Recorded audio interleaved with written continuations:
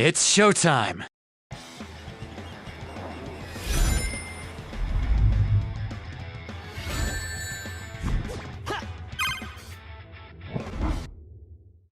What's good, Sonic Nation? It's SONICSTA here, and today I'll be continuing with part 2 of What If Sonic Was Shonen Jump.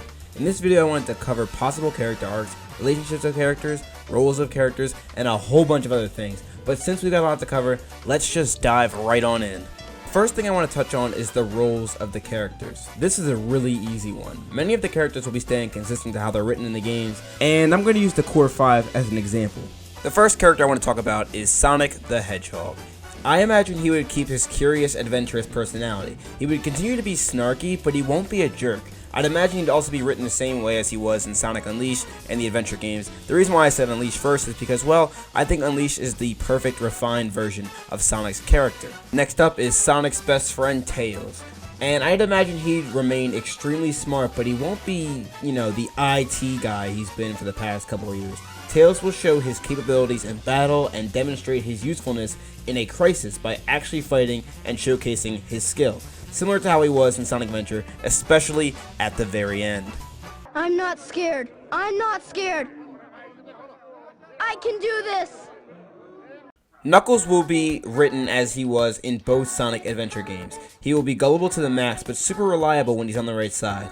Also, being the last of his kind, I feel like Knuckles would maintain his status as the protector of the Master Emerald. I actually also dive deeper into how I feel Knuckles should be written in a previous video I titled Rewriting Sonic Characters, Cracking Knuckles. It's a whole series where I'm just basically rewriting Sonic characters, so check that out. I also did one for Shadow the Hedgehog. Moving on, I want to talk about Amy, and I feel like she should be written as she was in Sonic Unleashed, Sonic Heroes, Sonic 06, and both Sonic Adventure games. Amy had the most character in these games. Sure, she may not be the most liked, and many of you probably hate her relentless obsession with Sonic, but without a doubt, this is what gave her character. IDW Amy isn't bad either. She's more of a strong leader that still loves Sonic but keeps it really low-key. I personally believe this is a step up in Amy's development from Sonic Unleashed. But to keep things more emotionally diverse and supply that shonen humor, I think it's best to give her that obsession with Sonic. The last character I'm going to talk about in this course is Dr. Eggman, and I feel like he should remain exactly how he is in the games. Eggman should remain as that genius, terroristic overlord who also has an obsession with Sonic because he cannot beat him. Eggman remains as one of those Sonic characters who really never undergoes change, and if he does, it's usually for the better. So there isn't too much to discuss for Eggman here other than praise and admiration for Eggman's great character. I could go on and on breaking down characters, but that's not exactly what this video is for. I discuss more breakdown videos of characters in my other series, Rewriting Sonic Characters, I already mentioned, so I suggest you check that out. Moving on, the next thing I want to discuss is role assignments and character arcs. Characters like Sonic, Tails, Knuckles, Amy, and Eggman, they are the main primary function of this shonen anime, or manga. What this basically means is they'll be seeing the most screen time. However, that does not mean this group will be featured together all the time. Oftentimes, I would imagine they'd each be focused on individually in their own character development arcs. Another topic we'll be discussing later. But moving on, characters like Cream and Cheese, the Chaotix, Rouge and Omega will be secondary characters. These characters are often around the course and get screen time basically by default for just being around them. Continuing on, characters like Shadow, Silver, Blaze are a step above secondary characters but not quite core characters. These characters I regard as special characters, since they are often either A, in the future, B, in a different dimension, or off doing their own thing. I think that they will be able to get plenty of their own individual screen time, featuring them in their very own character arcs.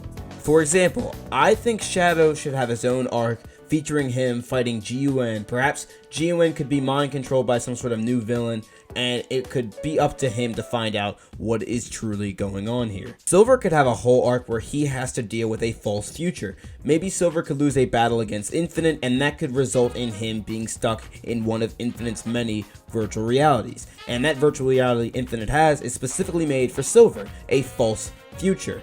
And Silver could see his closest friends like Blaze and Sonic die in this reality, and that could totally mess with Silver and his character, because Silver has touted himself as an optimist, and having to deal with things like loss, hopelessness, and despair would truly corrupt his character, and that would give him a lot to build up with. A truly great character arc has the main character go through something they completely did not expect, and this would be the ultimate character arc for Silver. Blaze could have her own arc featuring the IDW character Mimic, and Mimic could attempt to shapeshift into Blaze and take complete control over the Soul Dimension. So it would be up to Blaze to clear her name from all of Mimic's evil doings and all of Mimic's wrongdoings, and she might need the help of a couple other friends. Maybe they're friends we haven't seen yet, or maybe they are friends currently in the story. But either way, this would be a mainly focused on Blaze character arc, which means we'd be highlighting the Soul Dimension.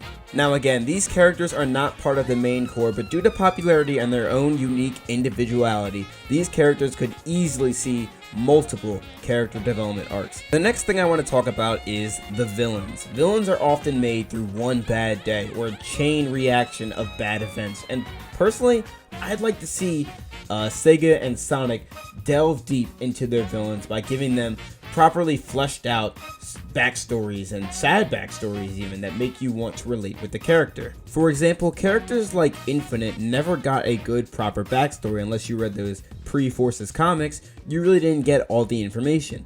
My personal favorite type of villains are the ones you can relate with, or ones who you can truly understand why they resorted to bad doing. These type of villains are basically the hero if they had acted rash in whatever scenario they went through. However, characters like Eggman don't need a deep backstory. Eggman just wants world domination and of course his own theme park. So I don't really see a need for him to have his own sad backstory.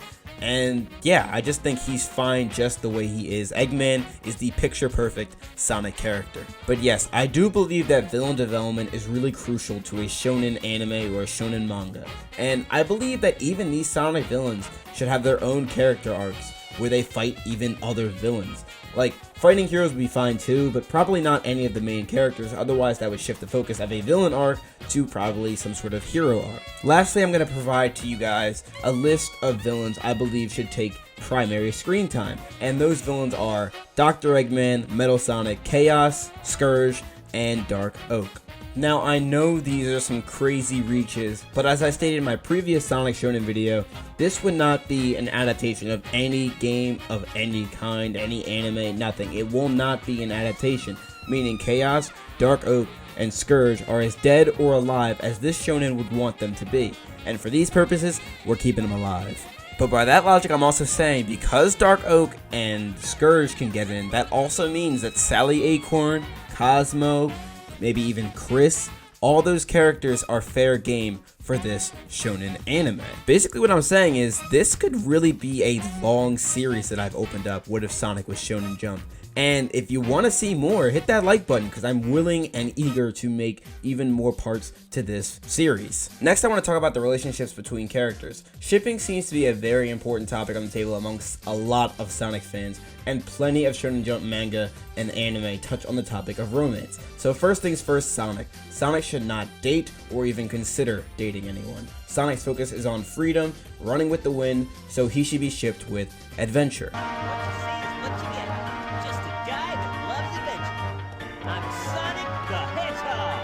The only actual relationship I can actually see working is Knuckles and Rouge, but for the purposes of this anime slash manga, I would make the relationship an on again, off again type of relationship. And the only thing is they would never have any beef, they would just have tons of playful banter that would eventually go too far. Other than that, there doesn't seem to be too many relationships that are noteworthy, but if you guys would like me to, I can easily set some up for part 3. I mean, that's assuming you want a part 3. Let me know down below if you want a part 3, and also like this video if you want a part 3. But anyway, that's all I had to say for this part of What If Sonic Was Shonen Jump. If you guys have anything else you want to add or want me to add for future videos, please let me know down below in the comments section. I always check those out, so I'm looking forward to seeing what you guys have to say. Also, if you haven't hit that subscribe button, please remember to do that. Hit that like and subscribe button. It helps me out a ton. And also, don't forget to turn on that post notifications bell. That way you never miss a video. But that's all I gotta say for this video. If you liked it, please remember to hit that like and subscribe button. This is SONICSTA signing out. Thank you all for watching. Peace. Why are you playing that trash?